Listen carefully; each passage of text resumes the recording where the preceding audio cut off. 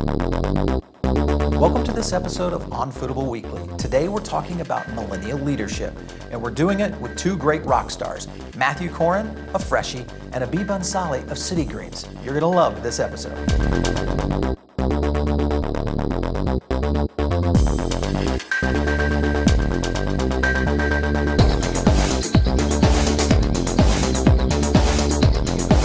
Today on this episode of Unfootable Weekly, we are going to be talking about millennial leadership. Now, leadership, of course, is one of those things that we've kind of explored around the show in the past, but rarely do we look at it from emerging brands and CEO level emerging brands. Today, we're going to get a chance to talk to a couple of leaders that really kind of break out not only how they run their business, but how they think as operators in this new landscape of the restaurant business. Healthy eating is dominating as one of the leading fast casual sectors out there now, with almost 30 brands that are escalating sales, escalating movement in social and mobile, and these two guys are at the top of the heap when we look at these kinds of leadership. So I want to welcome to the show Mr. Matthew Corrin from Freshii. How are you, Matthew? Hi. Do millennials get to be called Mr., by the way? Well, today you do. So welcome to Unfootable Weekly. And Abhi Bhansali, you are calling in from New Orleans from City Greens. Welcome to the show as well. Thank you for having me. Yeah. Today's topic, of course, is really about the millennial, kind of this millennial movement, but also millennial leadership as a whole. Both of you guys are leading companies that are addressing some of the biggest challenges that the restaurant industry faces today, and that is dealing with this new age consumer. And to do that, you've got to do it in ways that, you know, kind of apply to new management styles and tactics. And I wanted to kind of pick each of your brain around kind of how you're building your organization. So Matthew, let's start with you. You know, as you guys grow at Freshii, you know, one of the things that is the big challenge, of course, is finding great talent, great franchisees. You talk a lot about developing the organization through the franchisee level. What are some of the things you look for in your partners as a millennial leader, you know, to kind of take the brand Freshii forward, you know, out there from a franchise perspective? What's interesting is increasingly our customer base, our employee base, and our franchise base are millennials. And millennials care deeply about the triple bottom line. It's not just about profit, it's really about people, profit, planet. And so many things that we do within our organization to not just appeal to our customers, but to make our staff want to stay around longer, and our franchise partners want to, you know, invest $250,000 in this brand. Or how do you actually help the world and also help the you know, help your wallets and help your bank accounts?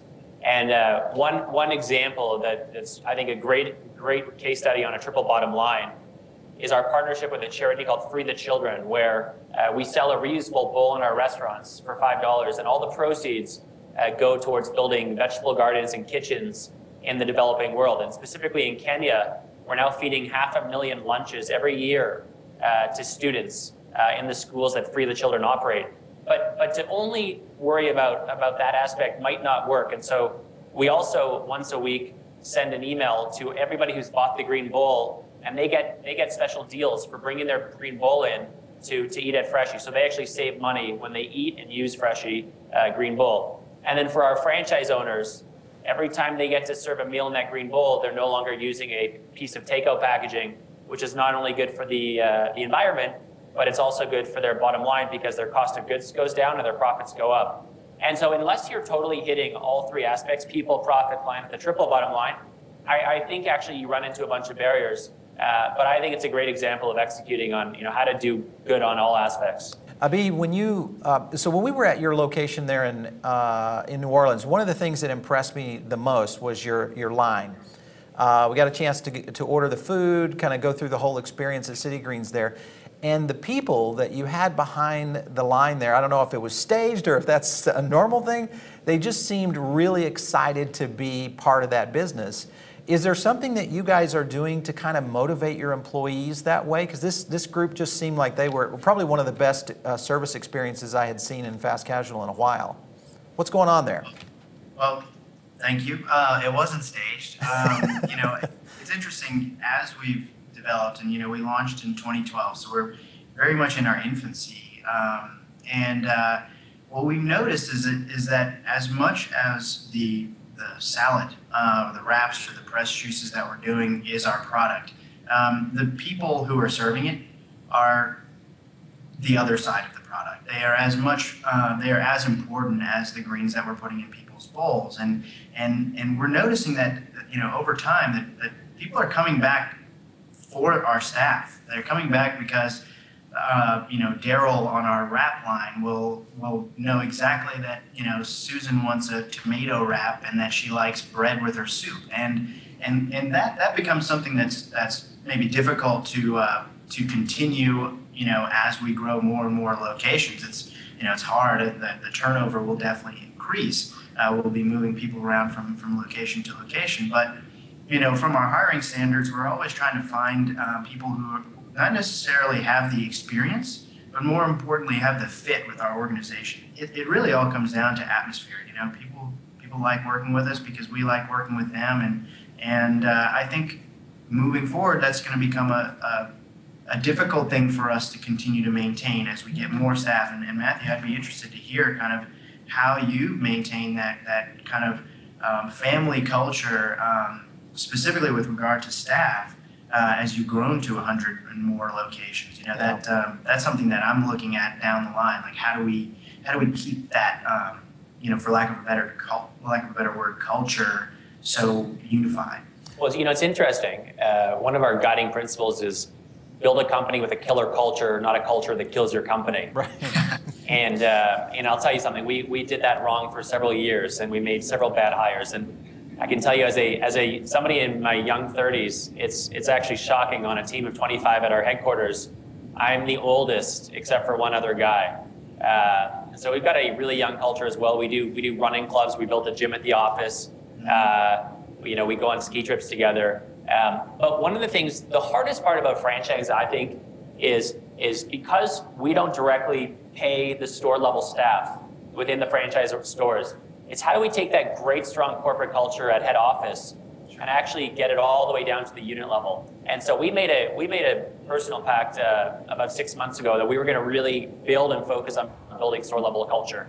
And what we launched recently was Ambassador of the Month, Brand Ambassador of the Month.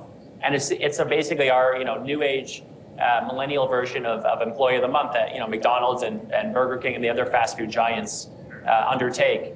And I can tell you, it's already I can see the shift in stronger culture where we go direct to the store, and we actually we put cash in their pocket. We at corporate pay hourly employees real hard cash every month for winning, and it's a nomination process by their peers.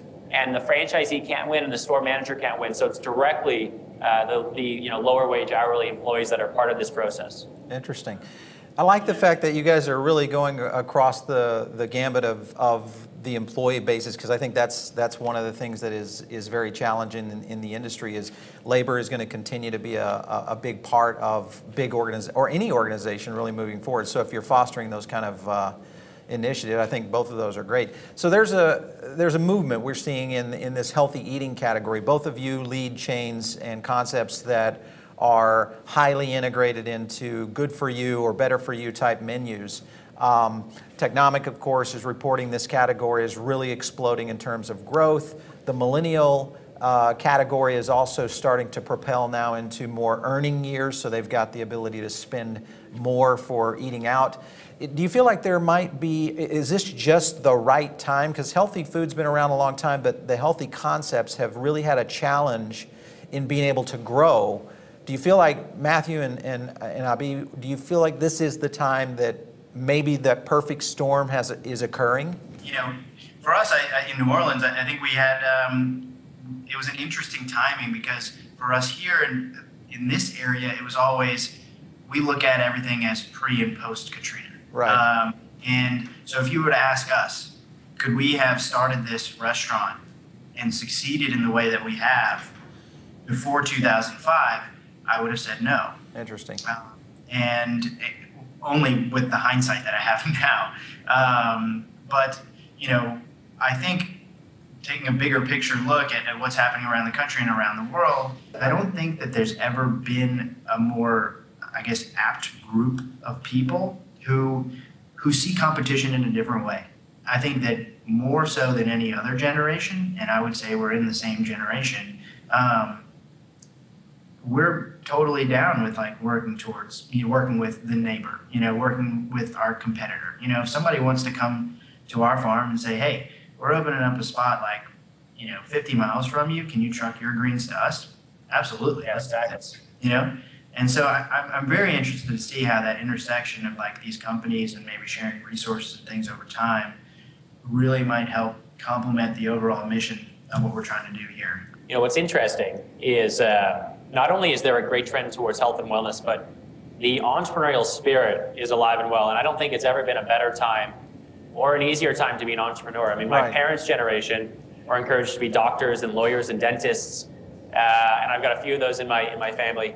Our generation is actually encouraged to go and do something entrepreneurial. Shows like Shark Tank and Kickstarter and the SBA program, and like we're basically, people want us to go and try and launch and fail and try to, revolutionize this new generation. And so as a franchise, it's actually, a phenomenal time to be growing something that both is on trend and also taps into the entrepreneurial spirit. And quite frankly, if you just look at the pure data, not Starbucks, not Subway, not McDonald's opened their first 100 units faster than Freshii. And those are iconic brands that by no means suggest that we will reach, any type of scale that they have, but it's obviously something we aspire to. But I think, the early days of growth for those three brands, there was something about them that allowed them to scale. And I think this time is really ripe. And as Paul alluded to, it's a combination of the health and wellness trend, but very much a combination as well as the entrepreneurial spirit for our business. Yeah. So guys, when you look toward kind of moving to that next era in business around, we now know by 2016 we're going to see a millennial population that's pretty much going to control the voting block. We've got a shift occurring in the kind of the underlying efforts of the restaurant industry towards health and wellness and just eating better or knowing what you're eating, whether it's sourcing, those kind of things. Both of you have very clear initiatives in going that direction. But set that all aside for a moment and think about it from a business leadership standpoint. In the next 5 years as you move forward in the space, digital media, mobile, social, all these kind of things that are really causing big change in the restaurant industry as a whole. What are some of the things you guys are trying to do strategically, and we'll start with you, Abhi, to kind of grow that brand and be able to keep pace with this new normal of where the restaurant industry is today? Absolutely.